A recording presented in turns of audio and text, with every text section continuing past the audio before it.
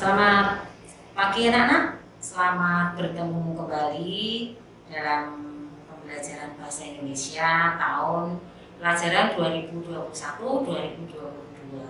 Nah, anak-anakku yang terkasih, perkenalkan, saya Bati. Saya yang akan mengampu untuk mupel bahasa Indonesia di kelas 4. Kalau tahun kemarin yang mengampu adalah Bu Ari, dan untuk tahun ini yang mengampu adalah Bu Ati. Nah, anak-anak tentunya kita sudah berkenalan ya waktu kita meet kemarin. Maka sekarang kita akan mulai untuk memasuki pelajaran bahasa Indonesia. Pertemuan yang pertama, kita akan belajar dari tema 1, yaitu indahnya kebersamaan. Nah, anak-anak, di dalam tema 1 ini nanti ada 3 subtema pembelajaran. Kemudian dari 1 subtema pembelajaran itu ada 6 pembelajaran ya. Jadi kalau dalam 1 tema ada 18 pembelajaran. Tapi anak-anak jangan khawatir, tidak usah berpikir kok banyak sekali sampai 18 pembelajaran, karena kita nanti akan terus belajar dan tidak akan terasa ternyata sudah selesai waktunya. Oke anak-anak, kalian sudah siap untuk belajar bahasa Indonesia kali ini? Nah, sekarang yang perlu kalian siapkan sebelum memasuki pembelajaran adalah mungkin sudah download buku paket, kemudian siapkan buku catatan, kemudian alat tulisnya jangan lupa ya. Kita akan mulai untuk belajar dari tema 1, subtema 1 ya. Untuk subtema 1 kita akan belajar tentang keberagaman budaya bangsaku. Keberagaman budaya bangsaku. Nah, anak-anakku yang terkasih, kali ini sebelum Bu Ati akan masuk ke materi yang harus kalian pelajari, maka saya akan bertanya dulu kepada kalian. Di kelas 3, anak-anak sudah belajar bahasa Indonesia sampai pada paragraf. Betul ya anak-anak ya? Oke. Nah, untuk mengawali pembelajaran kita di kelas 4 semester 1 ini, sebelum kita belajar tentang paragraf, yuk kita ingat dulu di dalam sebuah paragraf itu ada kata. Jadi ketika kamu bicara, itu sebetulnya kamu merangkai kata-kata menjadi sebuah kalimat. Kata itu berarti misalkan makan, itu kata. Minum, mandi, dan seterusnya. Kata adalah susunan beberapa huruf yang memiliki arti. Dari kata makan,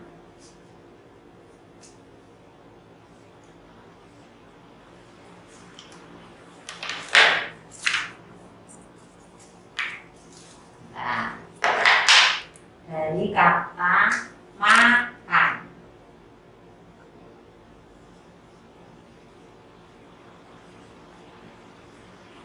Nah, di sini ada huruf M, A, K, A, N.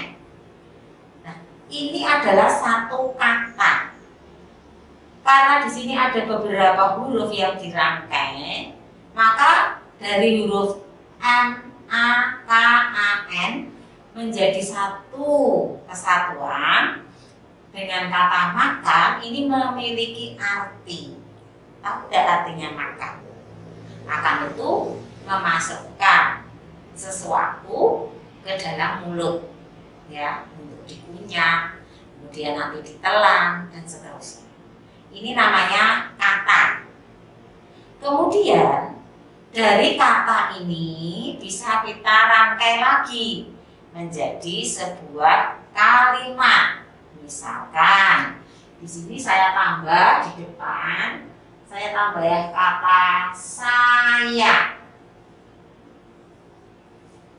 Saya makan. Kemudian di belakang saya tambah dengan kata roti. Saya makan roti. Tadi hanya satu kata, saya. Makan. Kemudian satu kata, saya. Kemudian kata roti. 3 kata saya gabung. Saya makan roti. Ini menjadi sebuah kalimat. Ini namanya kalimat. Nah, ini juga punya makna, ya. Tadi hanya makan hanya memasukkan sesuatu. Nah, yang makan siapa? Saya makan apa? Roti. Berarti yang dimasukkan sesuatu ke dalam mulut itu adalah roti, bukan yang lain. Ini namanya kalimat. Masih ingat ya anak ya? Nah, sekarang satu kalimat ditambah dengan kalimat yang lain digabung menjadi satu, itu namanya adalah paragraf. Jadi untuk paragraf ini gabungan dari beberapa kalimat. Sebuah paragraf terdiri lebih dari satu kalimat. Kalau cuma satu kalimat bukan paragraf. Jadi paragraf itu gabungan dari beberapa kalimat yang saling berhubungan, dan di dalam paragraf itu nanti yang akan kita pelajari di kelas 4. Ada apa di dalam paragraf itu? Ya, paragraf itu gabungan beberapa kalimat. Kata beberapa ini menunjuk lebih dari satu.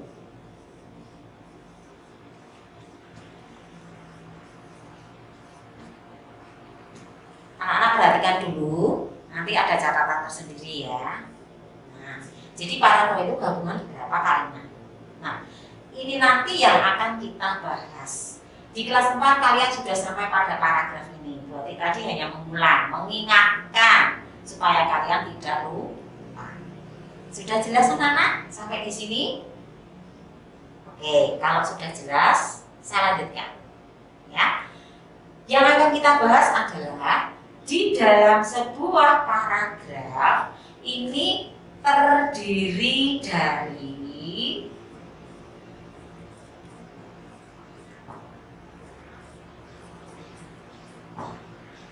satu kalimat utama. Kalimat utama itu bisa diartikan juga kalimat pokok. Ya. Kemudian terdiri dari beberapa, berarti lebih dari satu lagi ya, beberapa kalimat penjelas.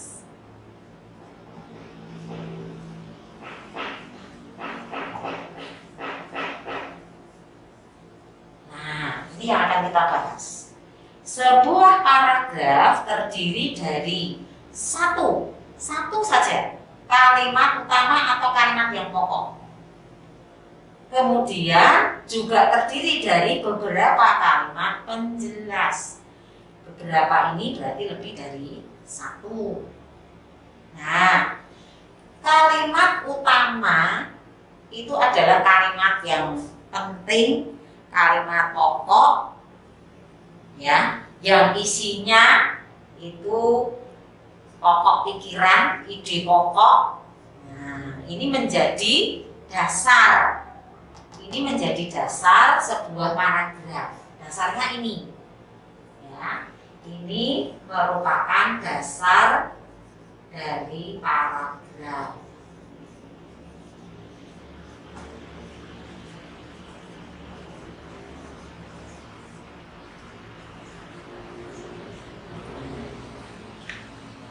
Kemudian setelah ada kalimat utama, di dalam paragraf juga ada beberapa kalimat penjelas. Nah, sekarang bagaimana cara mencari kalimat utama dan kalimat penjelas? Yuk, sekarang Bu Atik minta kamu buka buku paketmu halaman 1. Ya, halaman 1. Di sana ada bacaan yang judulnya Pawai Budaya. Oke anak-anak, kita lihat dulu yuk, Pawai Budaya. Coba ada berapa paragraf atau biasanya disebut alinea ya. Coba kamu hitung ada berapa, itu yang menjorok. Yang menjorok tulisannya itu berarti satu paragraf. Di situ ada berapa anak-anak? 1, ya, 2, terus 3, 4, 5. Iya, ada 5 paragraf. 1 bacaan, ada 5 paragraf. Sekarang kita perhatikan paragraf pertama, halaman 1.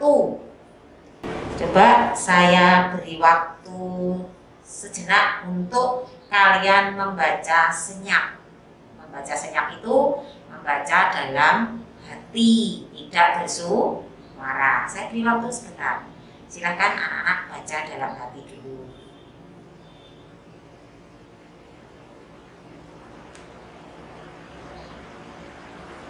Cukup? Oke. Nah, coba anak-anak lihat pada paragraf pertama yang tadi kalian sudah baca, kita tentukan yuk kalimat utamanya, kalimat yang pokok, kalimat yang penting.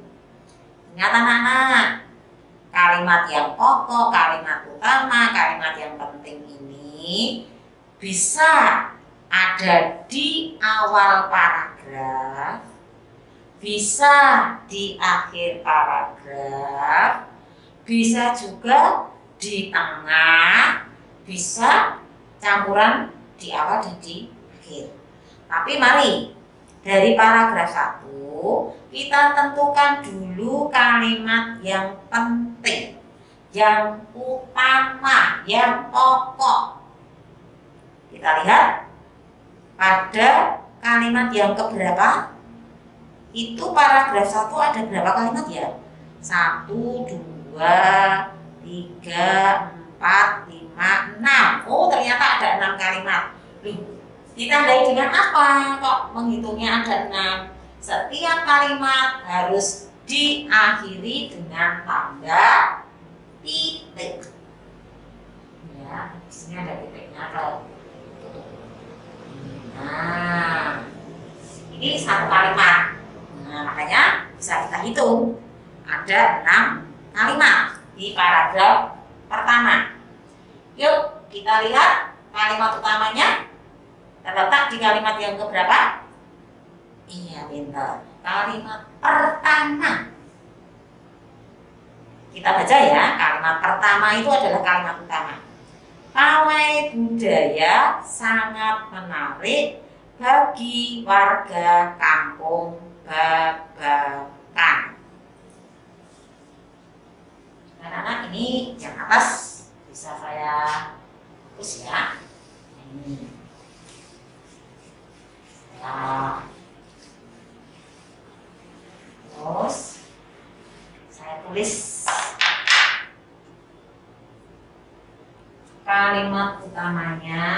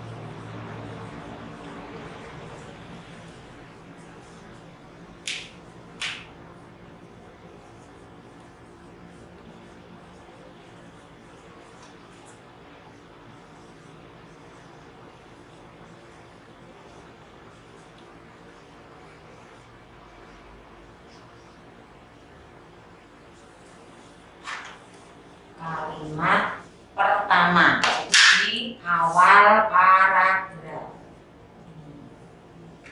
Kalimat utamanya itu anak-anak. Pawai budaya sangat menarik bagi warga kampung Babakan. Nah, kalau kita sudah menemukan kalimat utama atau kalimat yang pokok, terus kalimat penjelasnya yang mana? Berarti kalimat penjelasnya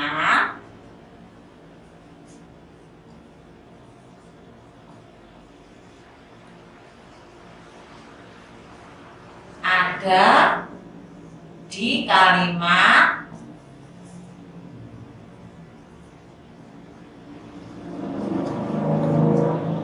kedua sampai ke 6. Nah, tidak saya tulis di sini karena banyak sekali ya. Nanti kamu lihat sendiri. Jadi, untuk kalimat penjelasnya itu berarti kalimat yang kedua sampai yang ke-6. Nah, itu anak-anak cara mencari kalimat utama dan kalimat penjelas. Kalau kalimat utama itu kalimat yang menjadi pokok dasar dari paragraf. Kalau kalimat penjelas itu kalimat yang menjelaskan kalimat utama.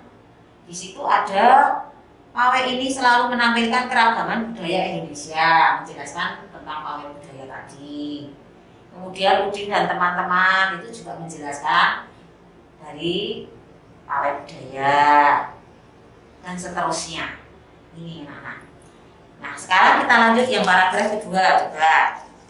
Paragraf kedua, kalimat utamanya yang mana ya? Ya, sama ini anak-anak. Kita lihat kalimat utama pada paragraf kedua. Di barisan pawai terdepan terlihat rombongan dari Maluku. Terus yang lainnya berarti kalimat penjelas. Lalu yang paragraf ketiga,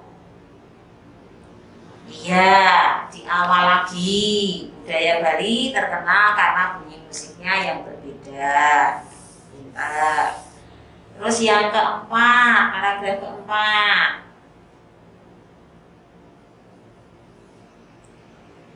di awal kalimat, di awal paragraf, rombongan dari Bali diikuti oleh rombongan dari Toraja. Dan yang terakhir, yang paragraf kelima, iya, Udin dan teman-teman senang melihat pawai budaya. Berarti yang lain itu nanti adalah kalimat penjelas. Nah, anak-anak, kalau kalimat utamanya tadi kita lihat dari paragraf 1 sampai 5 itu ada di awal paragraf, letaknya di awal. Ya. Berarti paragrafnya ini nanti bisa diberi nama. Ada namanya. Kalau kalimat utamanya di awal paragraf berarti itu nanti namanya paragraf deduktif. Ya. Namanya paragraf deduktif. Nanti saya beri catatan saja. Jadi ini untuk tambahan pengetahuan anak-anak. Ada namanya. Kalau kalimat utama ada di awal paragraf itu paragraf deduktif. Bu, nama yang lain ada, tapi nanti ini kita bicara yang di awal dulu. Ya. Yang penting anak-anak tahu cara mencari kalimat utama dan kalimat penjelas. Begitu anak-anak pembelajaran kita hari ini tentang kalimat utama dan kalimat penjelas. Nah, untuk pertemuan yang pertama, Bu Ati tidak memberi tugas yang dikirim ya, tidak. Tapi kalian saya beri semacam latihan atau PR ya, PR di rumah. Kamu coba untuk mencari kalimat utama dan kalimat penjelas dari buku paketmu halaman 29. Ini bisa saya hapus ya. Saya tunjukkan caranya mengerjakan, maksud saya. Caranya mengerjakan nanti seperti apa biar anak-anak itu nanti semua sama caranya mengerjakan, tidak sendiri-sendiri. Ini bisa saya hapus ya anak-anak ya, sudah jelas ya. Nanti saya beri catatan, ini nggak usah dicatat.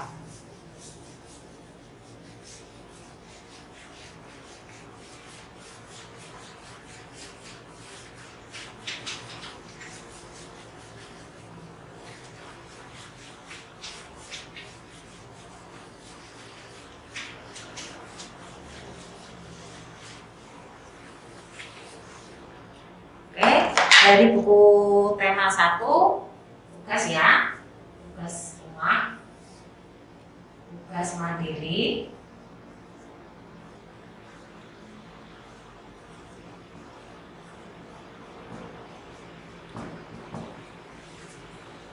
buku paket,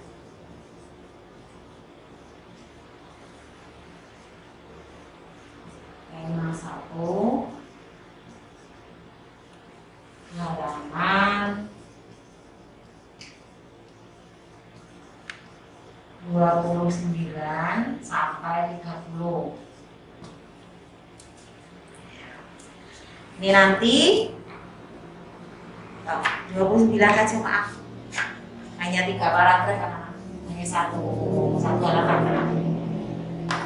Ini nanti cara mengerjakannya.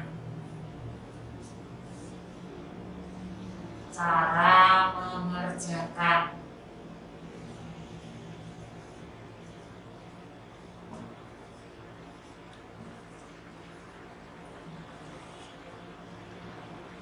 Ya.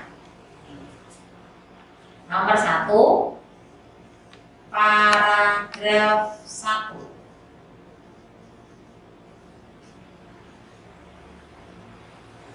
Terus di sini kalimat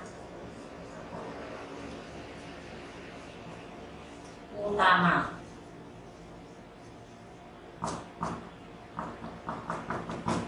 Tulis, terus kalimat penjelas.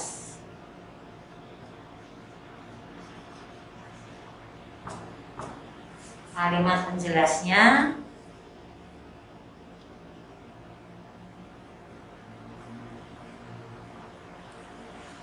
berarti yang paragraf 1 ini ada A, B, C. Nih, karena paragraf 1 ada 4 kalimat, yang 1 menjadi kalimat utama, berarti yang 3 menjadi kalimat penjelas. Itu ya. Terus paragraf kedua, nomor 2. Paragraf 2. Sama ini anak, kalimat utama. Kalimat utama itu hanya 1 loh ya. Kalimat utama. Ditulis dulu, dicari, terus dipindah ke sini. Ditulis. Terus kalimat penjelas. Untuk paragraf kedua, kita lihat kalimatnya ada 1, 2, 3, 4 juga. Berarti kalimat penjelasnya ada 3. Tulis apa adanya ya, apa adanya di sini. Dan bisa dilanjutkan sampai paragraf ketiga. Ini bacaannya berjudul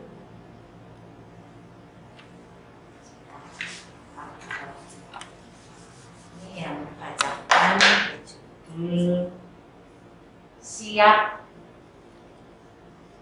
menghadapi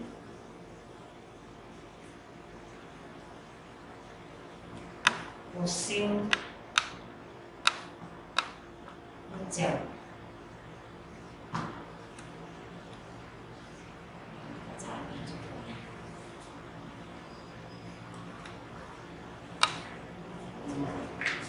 Nih, nanti bisa dilanjutkan paragraf yang ke caranya sama. tugas ini tidak dikirim. Tugas ini kamu kerjakan di buku latihanmu di rumah. Minggu depan pas pelajaran bahasa Indonesia, saya akan membahas tugasmu ini dan kemudian nanti saya akan memberikan latihan yang harus kamu kirim ke guru.